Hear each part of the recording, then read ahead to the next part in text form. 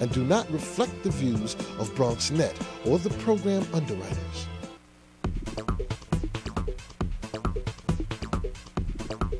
BronxNet. Your voice, your views, your vision. And hello and welcome to Open, the one and only show that opens the Bronx and the rest of the world right to you. I'm your host, Darren Jaime, and today we'll update you on what's happening in and around our community and around the world. First up, we'll break down the latest headlines in local, national, and international news. After that, we'll introduce you to America's Money Man. He's got some answers, and he's here to bring us up to date on the state of our nation's economy. Plus, it's Women's History Month, and we'll sit down with an organization working to create equality for women internationally. And we'll find out about diseases that are actually plaguing our Bronx community and hear from medical officials who are working to make our borough a much healthier place. So we encourage you to stay tuned because all this and much more is heading your way, because right now we're officially open.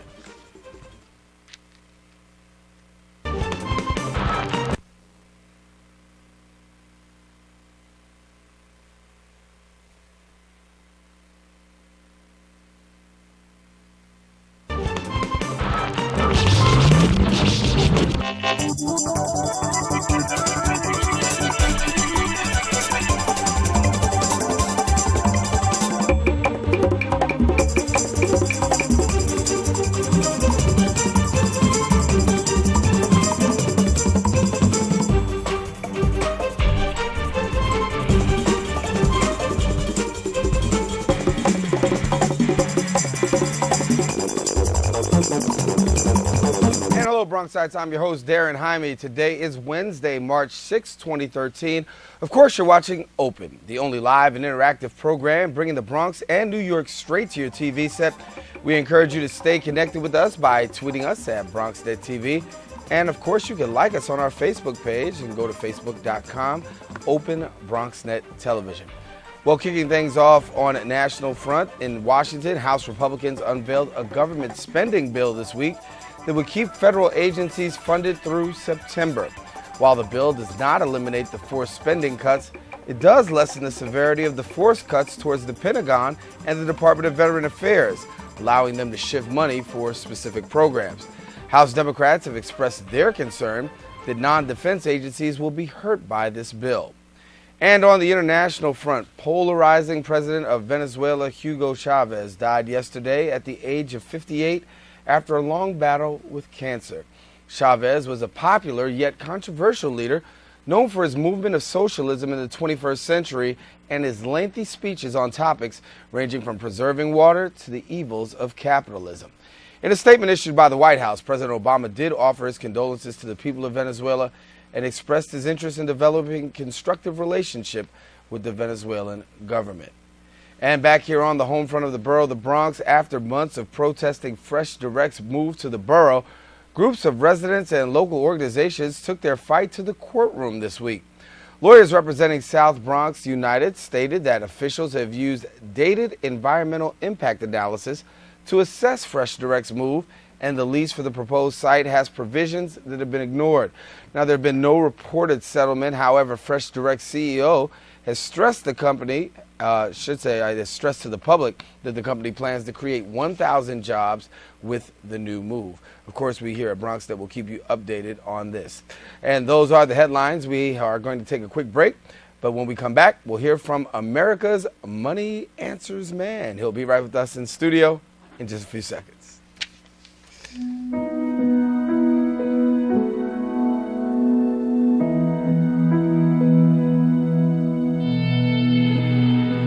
Every year, mothers lose their babies to gun crimes.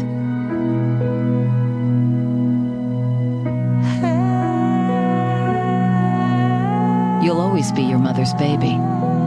So before you commit a gun crime, all right, you're happy, think so about who we you keep leave going. behind. So I thought we'd start with gun maybe the crimes stock market. hit home. Gotta get that. Oh, I must be careful. Well, that's a nice picture. Come on, Anna. Okay. Foreclosure doesn't affect just you. It affects your whole family, too. If you've fallen behind on your mortgage, we can help. Call 1-888-995-HOPE because nothing is worse than doing nothing. Hi, I'm Sonia Richards of the 2008 U.S. Track and Field Team. I'm here with our friends from Jane and the Dragon to say, the amount counts, so keep portions under control. When you're on the go, there's nothing better than a healthy snack to give you a boost. But remember, portions count too. I love fast food, fruit that is. It's the perfect size and great to eat on the fly. You've got the idea. For fun ways to get healthy, visit www.smallstep.go.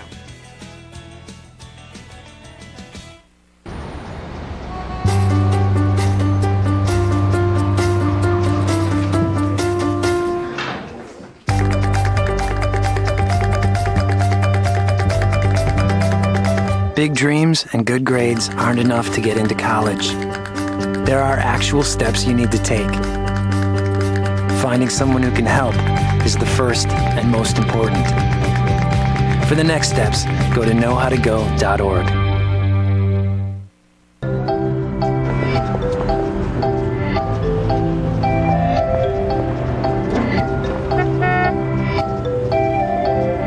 These things we count on every day started as ideas. Ideas from the minds of African Americans. Support minority education today so we don't miss out on the next big idea tomorrow. The United Negro College Fund. A mind is a terrible thing to waste.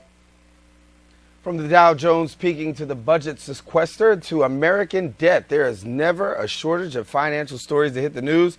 We're joined now today by America's Money Answers man to keep us up to date on what we need to know about our financial future. We welcome now Jordan Goodman to the show. And Jordan, you come on the right day at the right time. Absolutely. Your timing is perfect. Well, let's talk about this now. Dow Jones seeing record numbers. Correct. Where do we stand with this, and why are we seeing these record numbers? Well, the Dow is well over 14,000, the highest it's ever been in history. The last time we got to this peak was October 2007, so it's the highest in 5 years as well. Several reasons. Earnings have been very strong. Companies are doing very, very well. The Federal Reserve is pouring a huge amount of money into the market, something like $85 billion a month in net new money into stocks, and so that's pushing the market up. And a lot of people are sick and tired of getting zero on their money market funds, CDs, Treasury bills, and they say, well, the market's taken off, so they're starting to get in. So it's kind of building on itself, and I think it's going much higher. Any kind of trend we're going to see? Is this going to continue? It's going to be a fantastic year in the stock market. It really is. I mean, we're just over 14,000 now. We could easily hit like 16,000 this year alone. Mm-hmm. So you look at these companies that are doing well. I'll just give you one example in the Dow. Home Depot. Okay, a year ago it was 40. Now it's 70. Okay, and there's a lot of home construction going on. People fixing up their homes. All the recovery from Sandy is very good for Home Depot. That's just one example of the company that's going to go much higher. So stay tuned there. While things are going higher, much of America is still worried about the sequester, right? Knowing that the bill was signed in. What does this mean for those people who are, first of all, for those who don't know, let's walk through what the sequester is going to mean. The sequester was signed into law by President Obama last Friday. And basically what it says is there's going to be across-the-board 10% cuts, a total of $85 billion in cuts between now and October 1st, in 7 months. That's a lot of money coming out. About half of it's in defense and Homeland Security. So you're going to see a lot of people furloughed from the Defense Department, various programs not going ahead, ships not being launched, Army bases being cut back, all kinds of things in the defense area. And then the other thing you're going to see is the social programs really hit hard. And you're going to see that in the Bronx, very big time. Child care, like less Head Start, fewer Meals on Wheels for seniors, a whole series of things, fewer vaccinations, all those kind of things that were going on in the past are going to get cut back because of these sequesters. Is there a way out of this? We're going to get more of it, unfortunately. Now, this sequester that just went into law is the first for 10 years we're going to have this. Every year for the next 10 years, we're going to have $110 billion cut. So these social programs are going to get really, really devastated. They're going to get hurt now and even more so. The total is about $1.1 trillion in cuts over the next 10 years.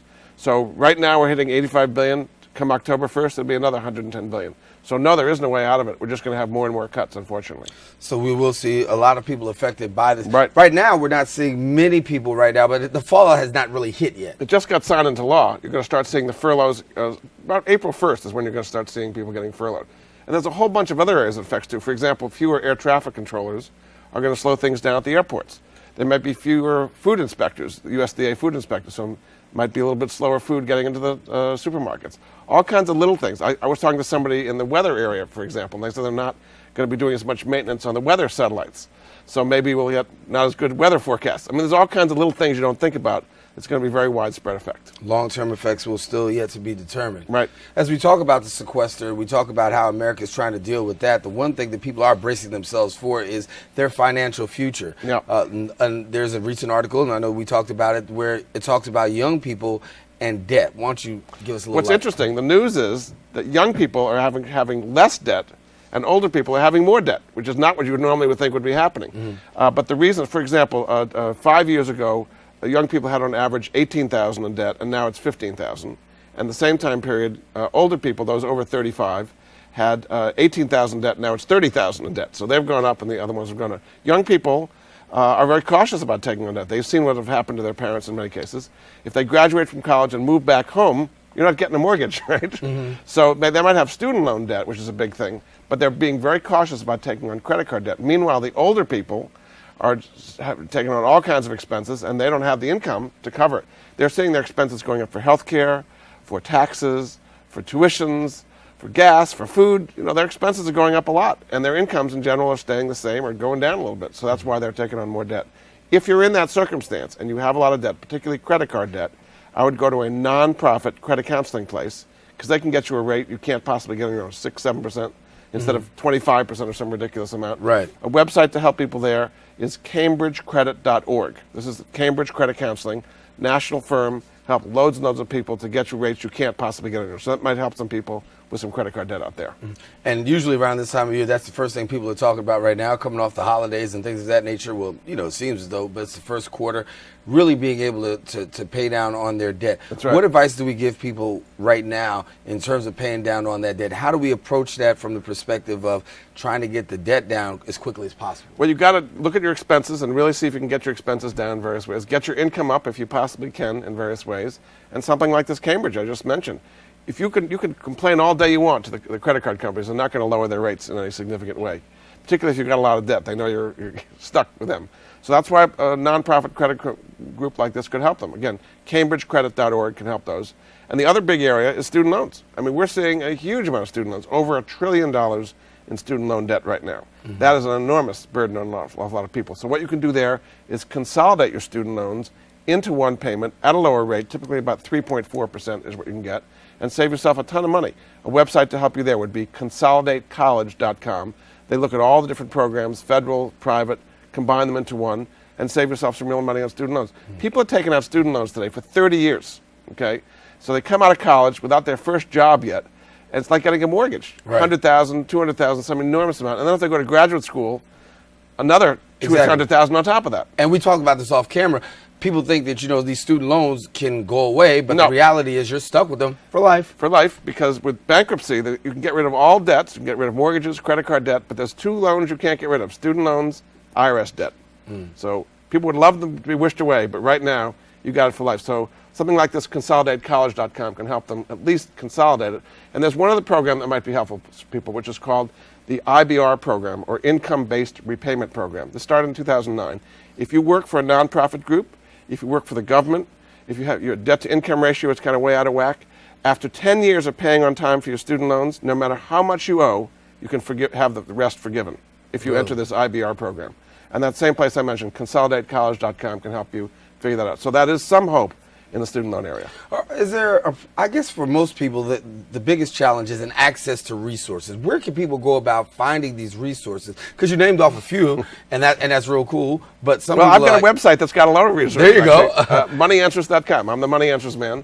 So at moneyanswers.com, I've got loads of resources and websites and phone numbers, all kinds of things. Because you're right, people don't know about these things, but they do exist. You don't just have to sit there with your 25% credit card debt and not make any progress on it. You don't have to sit there with these huge student loans and not make progress on it. And there's loads of other ways too that you can really do well. The resources exist. I've tried to put them together at my website. But with the economy being the way that it is, are credit card companies and other people being a little bit more in the area being forgiving, or are they still?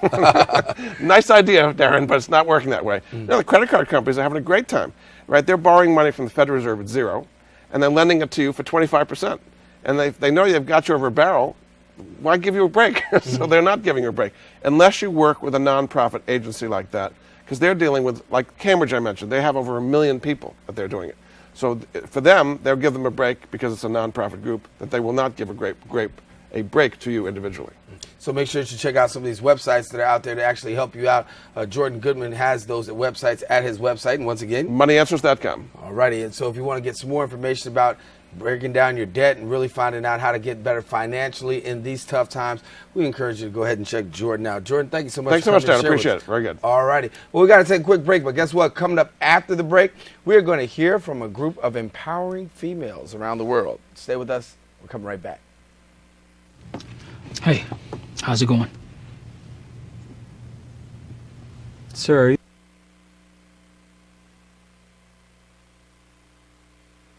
How you doing? I just want regular, no sugar today. You got it. Thanks. Hello. Hi. Did you get that whole thing today? Yeah. Yes. Hi, how you doing? She's getting big, huh? Good. Yeah, she is big. Great haircut. Yeah. Yeah, looks cute. Come on, let's go. Nice to see you. Thanks a lot. If only child abuse were this easy to recognize. If you even suspect abuse, call 1-800-4-A-CHILD. All calls are anonymous and confidential. Trust your instincts. Megan, you're a tramp.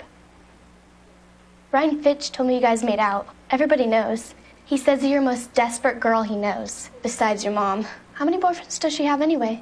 Lots? That zit is huge. Zit face. Ugly.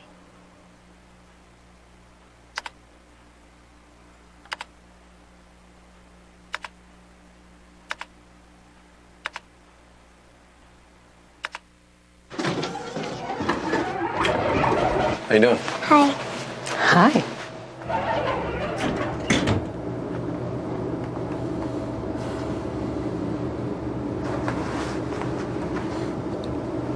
Have a nice day. You too. Thanks. If only child abuse were this easy to recognize. If you even suspect abuse, call 1-800-4-A-CHILD. All calls are anonymous and confidential. Trust your instincts. Do you have muscle weakness, double vision, trouble chewing or swallowing? You could have myasthenia gravis, a disease which causes severe weakness in the muscles of the body. You can get MG at any age. It can affect your ability to see, speak, walk, smile, or even breathe. Although not curable, with proper treatment, you can lead a productive life.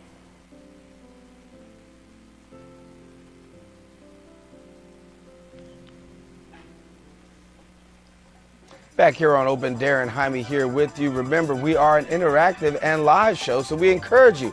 Join in on our conversation by following us on our social media pages or on Twitter at BronxNetTV and Facebook by going to Open at BronxNet Television. And of course, you'll be able to find out more information about our show. International Health Awareness Network works to educate, empower, and provide health care to women and children from underserved communities. In celebration of Women's History Month, they'll be hosting an event aimed at spreading the culture of peace and giving women equality. Here now to share more about the organization and its upcoming event is moderator Dr. Sharosh Roshan, and we welcome her here, and good to have you. Happy to be here. Thank you for your invitation. Glad to be here. Glad to have you with us.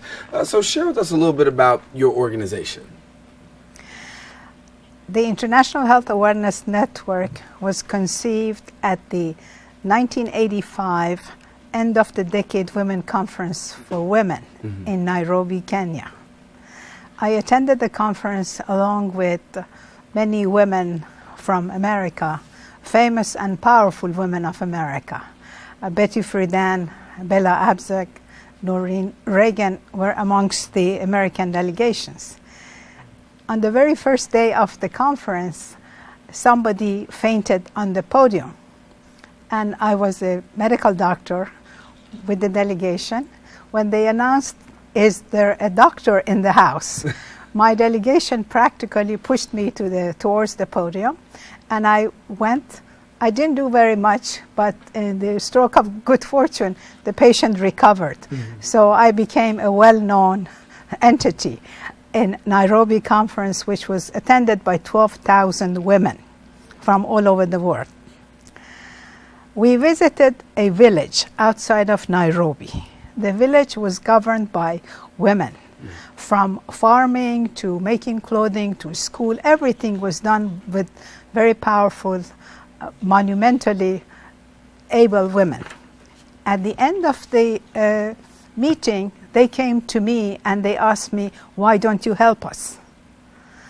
I was amazed. I said, "All these very powerful women here, why are you asking me?" A young practitioner from a Middle Eastern country. And the leader of the group said, "We feel you have compassion for us and you have access to these powerful women. Why can't you become our ambassador?" I came to my group and I said, "This is what happened today." They said, "If you like to help them, we will help you." So that's how the organization, the International Health Awareness Network, was conceived. And I was a busy practitioner in a small town, Milburn, New Jersey. And when my patients learned about this, they did fundraising and they supported the idea. Then we did many projects. And one of these things that you have coming up, you have on March 11th, you have a very special conference that's taking place. Absolutely. Every year, the first 2 weeks of March is designated for Commission on the Status of Women. And this year is 57th session of Commission on the Status of Women. And the theme is elimination of violence against women. And we have a number of programs. We have an event at Fordham University on March 9, and then on March 11, we have the event in collaboration with Global Movement on Culture of Peace. And so here you're seeing a little bit that about these conferences taking place on March the 11th, and then you have a few things going on, but you have very, very beautiful speakers. You have the ambassador coming. Well, Ambassador Chowdhury, who is a beacon of hope and really the force behind movement for culture of peace. And he is former Under-Secretary General of the United Nations. He also taught a course here at Lehman College on culture of peace. So he's one of our speakers, and we look up to him. He is our leader, and we are fortunate to be able to work with him. When you talk about peace and you look at the world situation as it is, and peace seems to be a foreign word, if you could say, especially in a lot of foreign lands. Do you feel like the work that you're doing right now is making significant impact in trying to also bring peace and awareness? Well, we are hopeful. You cannot give up hope. That's principle number one. And that is the reason that this global movement on culture of peace has been created and is really moving quite significantly. Culture of peace is in everyday's life, is in our attitude, is the way we talk to each other, we treat each other. And it has to be based on dignity, equality, justice, respect for diversity. We need to teach these from early childhood to maturity. And I'm very happy to be at BronxNet, which is part of Lehman College, which I have the honor of serving as one of the director of Lehman Foundation. And what we do, we work to help underprivileged students and to give them a chance to realize their potentials. We need to teach culture of peace. We need to have governments having Ministry of Peace instead of Ministry of War, having budget for teaching culture of peace instead of budget for sending drones and bombs and destroy other places. And peace will start from within. It cannot be exported. We need to learn it. We need to teach it to our children. We need to teach it to our students. And you, the people who have the power of media, have a big role in raising awareness and spreading culture of peace. So how can we, I guess for somebody who's watching right now, you, as you said, you could do this in your own home, you could do this in school, you could do this in day-to-day living. give somebody some advice as to how we can spread peace without having to have this great big movement, how we can do it on an individual basis. As I was preparing and coming for this conference, I did a lot of thinking and reflection. I remembered as a child, if any of us, I come from a family of 5, if any of us misbehaved, my mother would stop talking to us, would stop inviting us to the family events and family gathering. All of a sudden we would feel ostracized and in such a difficult environment. Then we had to go and ask a family member who mother had respect for to intervene and ask mother to forgive us. I was thinking today, if we know our friends, family, colleagues are doing injustice, are violating a woman, are disrespectful to their mothers, we should not have them as our friends. And the same way what the United Nations does. If a country does not respect human rights, what do? They pass a resolution, they put a sanction, they isolate the country. So all young people, isolate those who do not respect equality, dignity for women, those who violate women's rights, those who don't respect their parents. My God, I don't even open the television anymore. I don't want in the morning to hear somebody cut his mother's body and dropped it somewhere, or a woman was beaten up on the subway. If we all, each and every one of us, unite and put social pressure on those who do not respect human rights of women.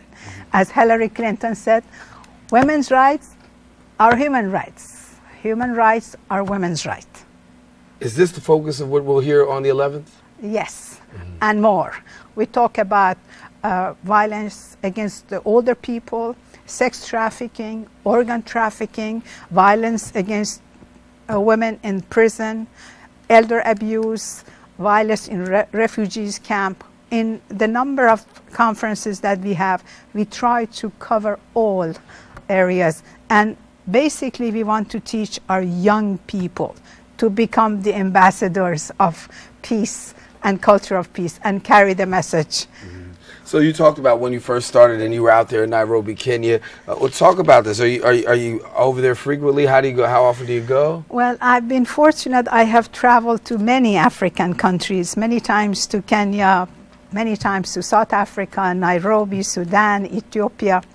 And in my 40 years of activism, I am happy to say I have seen some results. We have made a lot of progress, but we have a long way to go.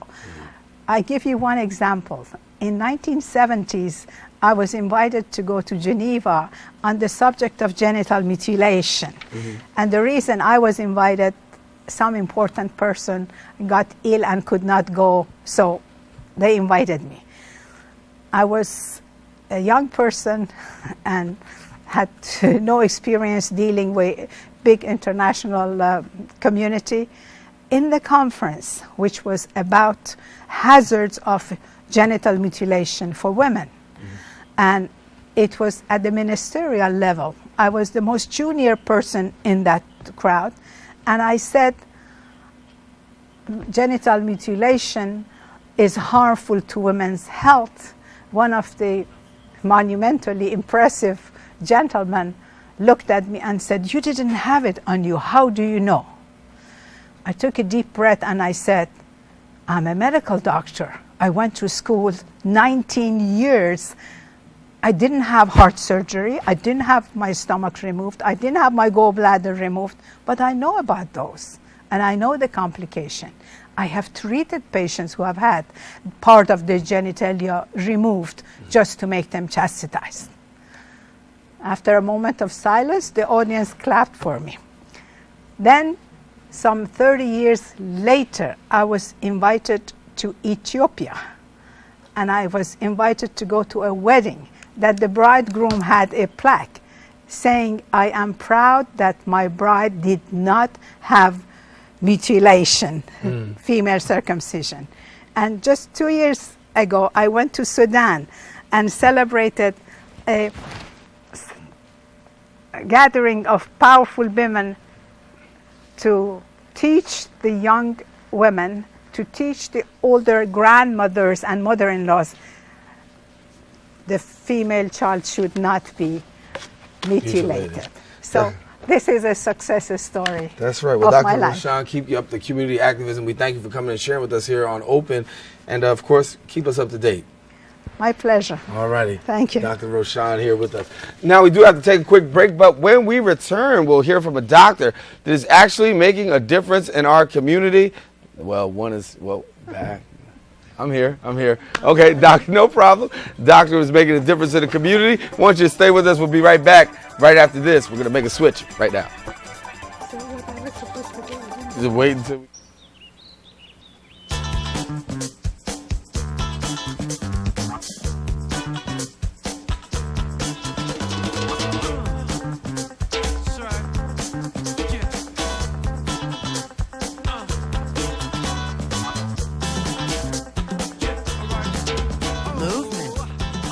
Weight loss, it's one of the many ways to fight osteoarthritis pain.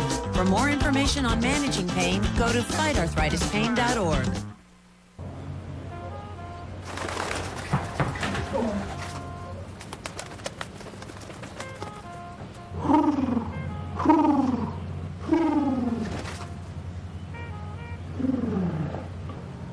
Be free. Nice, Dad. Nice, Dad. Nice. Charles! Nice, Dad. You don't have to be perfect to be a perfect parent. There are thousands of siblings in foster care who'll take you just as you are.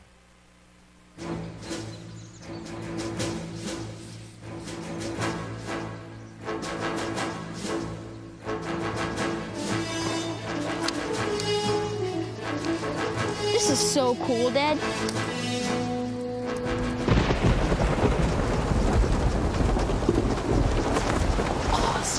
This is so cool, Dad. You don't have to be perfect to be a perfect parent. There are thousands of siblings in foster care who'll take you just as you are. How are you? Hey, Mom. You know, girls, I used to cheer back in my day. Ready? Okay!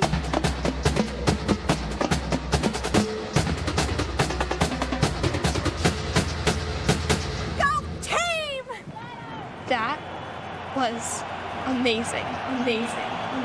Mom, that was amazing. You don't have to be perfect to be a perfect parent. There are thousands of siblings in foster care who'll take you just as you are.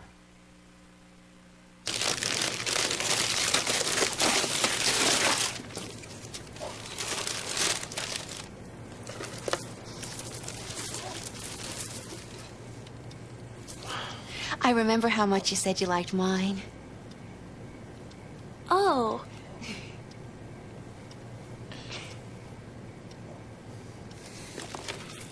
You don't have to be perfect to be a perfect parent. There are thousands of siblings in foster care who'll take you just as you are.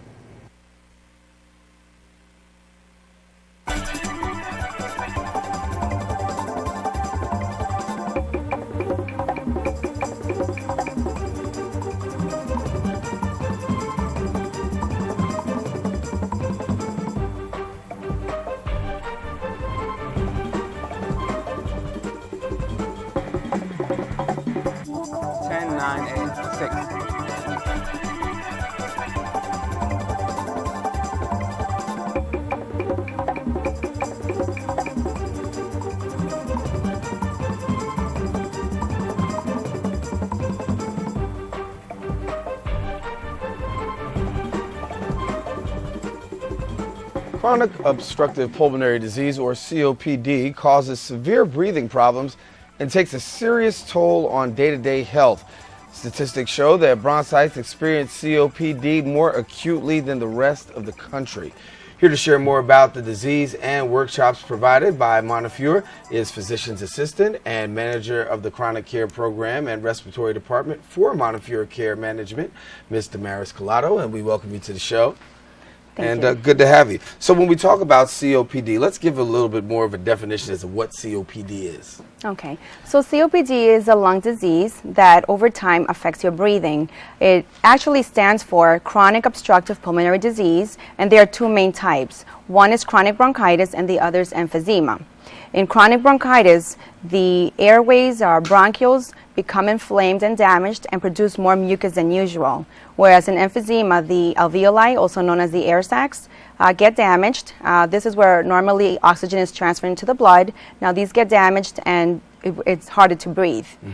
Well, let me go a little bit further. Here in the borough of the Bronx, we talked about at the top, the numbers seem to be at a discrepancy between us and the rest of the country. Given the fact that probably asthma is one of those major triggers and things that we have going on, health challenges, would that attribute to why we're seeing more cases of COPD here in our borough? Well, that could be a component. My guess is our quality of air is pretty poor, and many people unfortunately live with much exposure to mold and mice and roaches, which can be triggers. So absolutely, there's definitely a disproportionately amount of COPD in the Bronx compared to national. So when a person has COPD, what are some of the treatments that are available for those persons? Okay, unfortunately there is actually no known cure to reverse the damage of the damage that has been occurred to the airways and lungs, but there is treatment to delay the progression of the disease and control the symptoms so that the person can have a better quality of life. Currently, there are two types of treatment, two main treatments. It's really important first to avoid triggers and to, of course, stop smoking. But the two main treatments are, one would be a medication called a bronchodilator. Very commonly, albuterol is the most common. And this will open up the airways so that you can breathe easier. And the other type of treatment is known as a corticosteroid, and this will decrease the inflammation and swelling and mucus production in the lungs. In some cases, as the disease progresses, you need oxygen, and in more severe cases, there could be surgery as well to resect the part of the lung that's damaged. That's required. Yes, and I want to talk a little bit about Montefiore because you guys have some programs that are really specifically designed to dealing with this, helping people to cope with this, and so let's walk through what you guys offer. Okay, so CMO, Montefiore Care Management, we offer free classes to every patient that has asthma or COPD, or to their family and friends that want to know more about the disease and how to recognize the triggers and symptoms. We also make sure that they know how to use their inhalers correctly, because we find that a high percentage of patients don't know how to properly use their inhalers and can't really benefit from the medication. And so when we talk about treatments and management, how important is it for people who deal with COPD to have consistent follow-up? Oh, it's extremely important because, again, the disease needs to be delayed. There's ways to delay the progression. There's breathing tests that are done to assess the patient and see where they are at, and control medications that are given to prevent and control further damage. Give us some symptoms. Somebody might be out there saying, listen, I don't know, what are some of the symptoms that that might help me to identify if I am a person with COPD? Okay. Well, the symptoms of COPD are very similar to symptoms of asthma, where you will have shortness of breath, coughing. In COPD, you see more with a lot more phlegm, whereas in asthma, you see more of a dry cough. You would have wheezing. You can have chest tightness. So those are the main symptoms that you would find in both diseases. You may have limitation of activities because you have shortness of breath. So even with common things like walking, you can have shortness of breath. And you talked about the day-to-day activities and how they're actually being affected by COPD. Can you give us a little bit more as to how people are actually affected on a day-to-day basis when they're struggling with this kind of disease?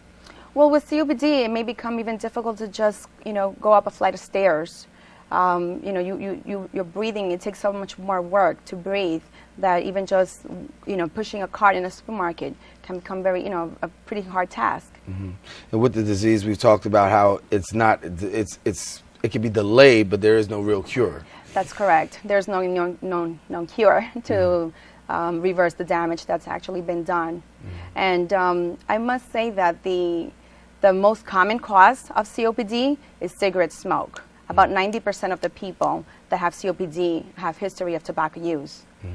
There are other things that can, of course, contribute to COPD, and one would be prolonged exposure to lung irritant, like contaminated air with gases and chemicals. Asthma that's persistent and uncontrolled can also turn into COPD. And in a small percentage of the population, there's a genetic component. So we want people to get more information, and we want you to go out to Montefiore and find out some more information. Also, there's some websites, I'm sure. Yes, we actually do have in Montefiore website, you would find it, and you would find our free workshops, and we welcome every patient or their families that have asthma or COPD, so they can find out more facts and about the diseases and how to better manage their condition. If somebody just says, listen, I just saw this segment, got a little concerned, I'm going to walk into your establishment, what happens after they walk in, and what would you do, and what would be the process for them? We would definitely get them acquainted, with the disease and to see a doctor and get tested and take it from there. All righty. Well, we want to tell people that you make sure that you get a chance to get checked out.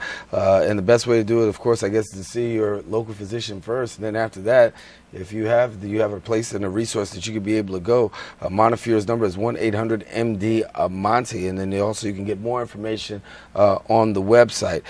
Anything else that you want to tell us in regards to this? Because it is something that really is affecting a lot of people, particularly here in our Well, borough. yes. Unfortunately, COPD is the third leading cause of death in the United States, with first being heart disease, second cancer, and COPD being the third.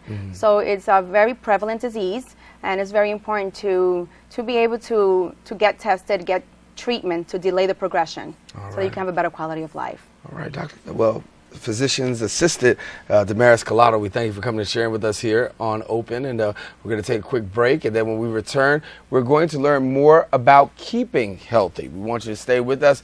We're coming right back right after this.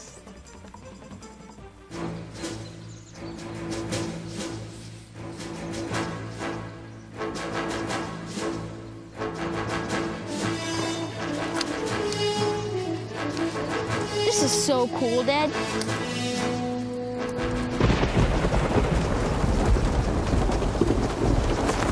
Awesome. This is so cool, Dad. You don't have to be perfect to be a perfect parent. There are thousands of siblings in foster care who'll take you just as you are. For you. Hey, Mom. You know, girls, I used to cheer back in my day. Ready? Okay!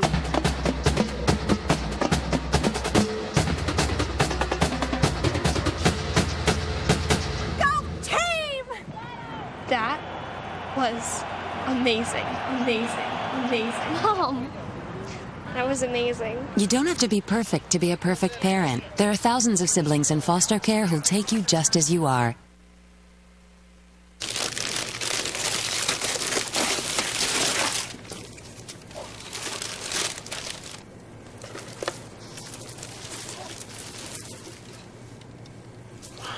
I remember how much you said you liked wine. Oh.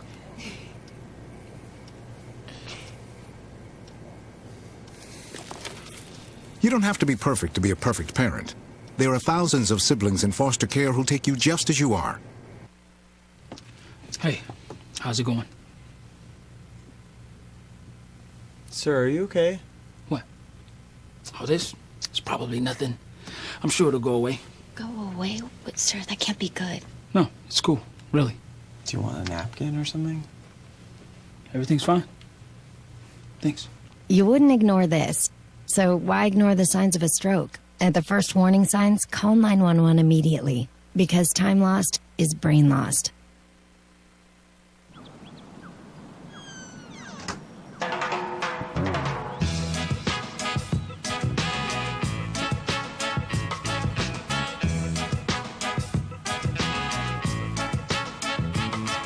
Hands can do incredible things. Now they can even help save a life with hands-only CPR. If you see an adult suddenly collapse, just call 911, then push hard and fast in the center of the chest until help arrives. Learn more at handsonlycpr.org.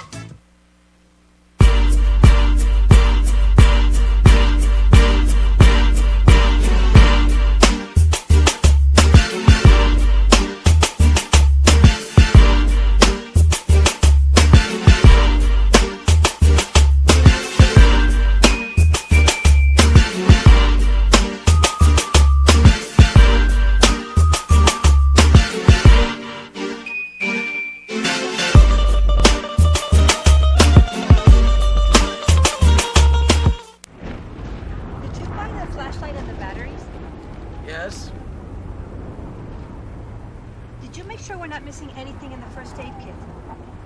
Yup. Did you go through the plan with the kids again? Yes. The more you prepare today, the more you'll be able to reduce the devastating effects of a tornado, an earthquake, a power outage, or any other disaster.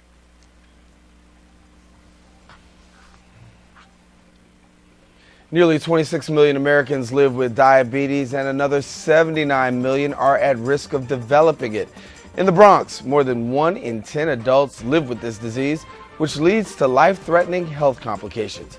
Here to share more about the disease and what you can do if you have it is Patricia Farrell, certified diabetes educator of CMO, Montefiore Care Management, and we welcome you now to the show. And we're talking about keeping healthy. We talked about COPD in the last segment, and now dealing with type 2 diabetes. And for many Americans, and particularly Bronxites, something that's all too familiar. Yes, yes.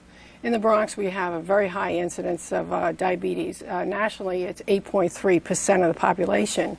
In New York City, about 9.1. In the Bronx, it's 12.4. So we're really high. We're over 12%. So it's a lot of people with diabetes and a lot of that are not diagnosed. And some of the reason for this is that the Bronx is one of the youngest populations. We have more immigration.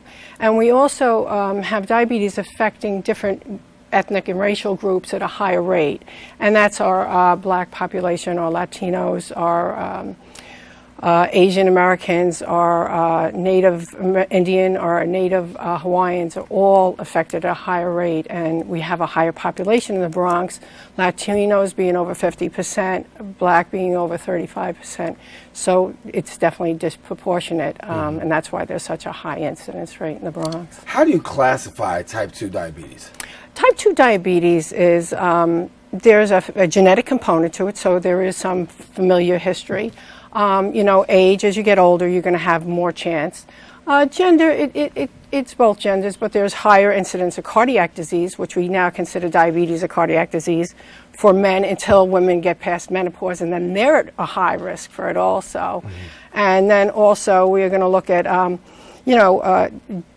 the race again, and we spoke about that, is your ethnicity is going to put you at risk. Now, the things that put you at risk that you can do things about are your diet, your exercise, and your lifestyle choices, and obesity and smoking, and looking at depression and those kind of things. So that's what we work at Montefiore. We're looking at numbers. We're looking at how your blood sugars are, how your blood pressure is, how your cholesterol is, how you're doing with smoking and obesity and depression. And these are all things that add to that we can modify, the age and the family history, and that we can't change, but the lifestyle we can. How does diabetes affect a person's lifestyle? Well, diabetes is, it can affect them dramatically.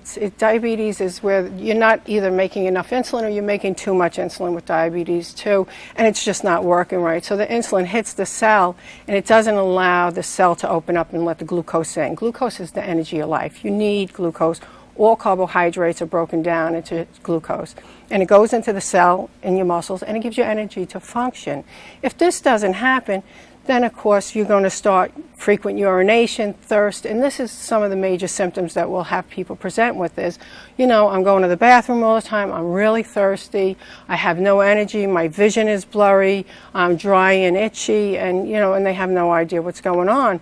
And what happens is when they go to the bathroom frequently, it causes dehydration, what causes the brain then to say drink, drink, drink, because you're dehydrated, which is a great thing, so you don't die.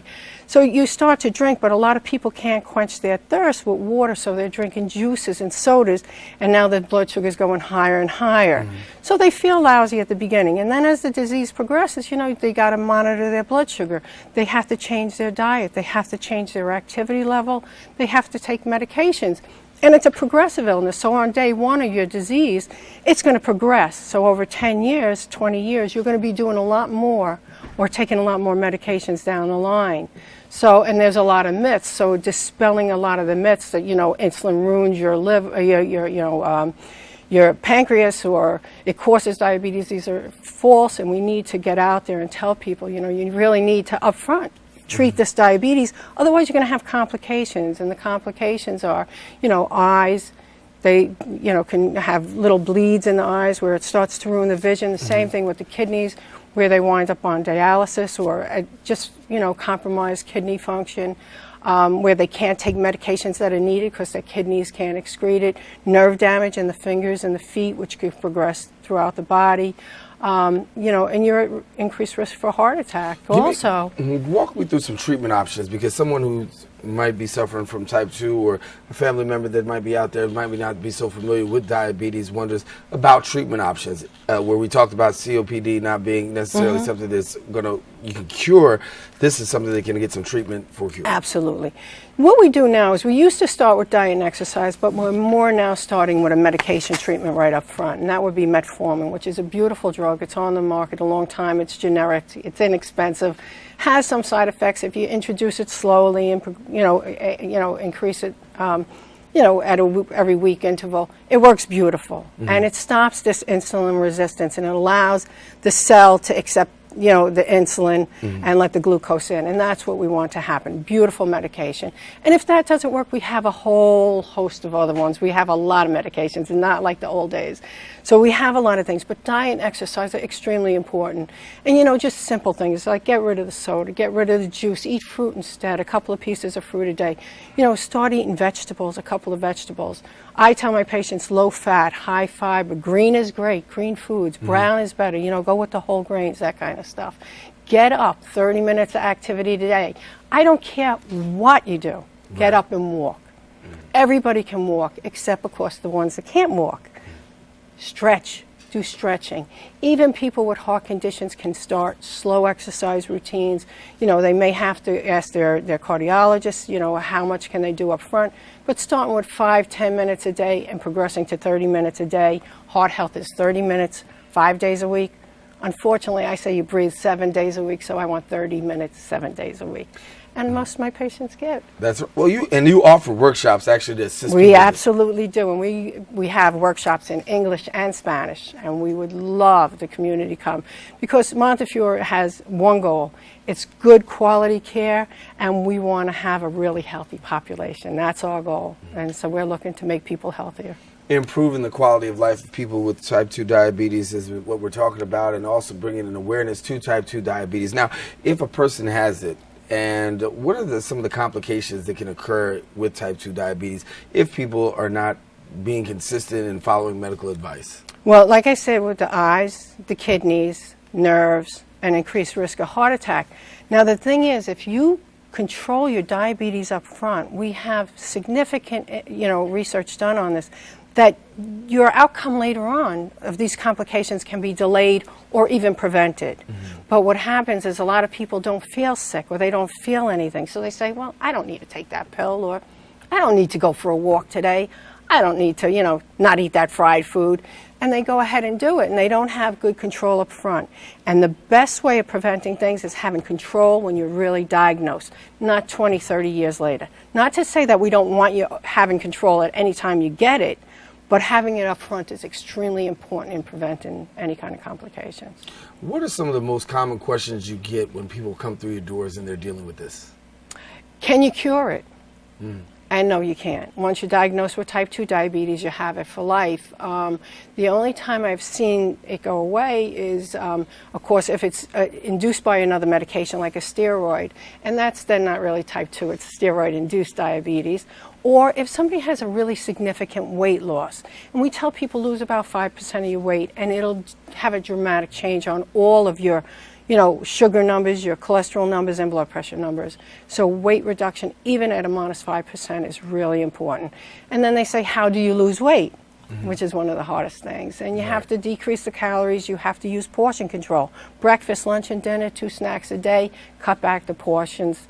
And that's one of the keys to losing weight, is eating when you get up. Otherwise, the liver has to produce some glucose for you.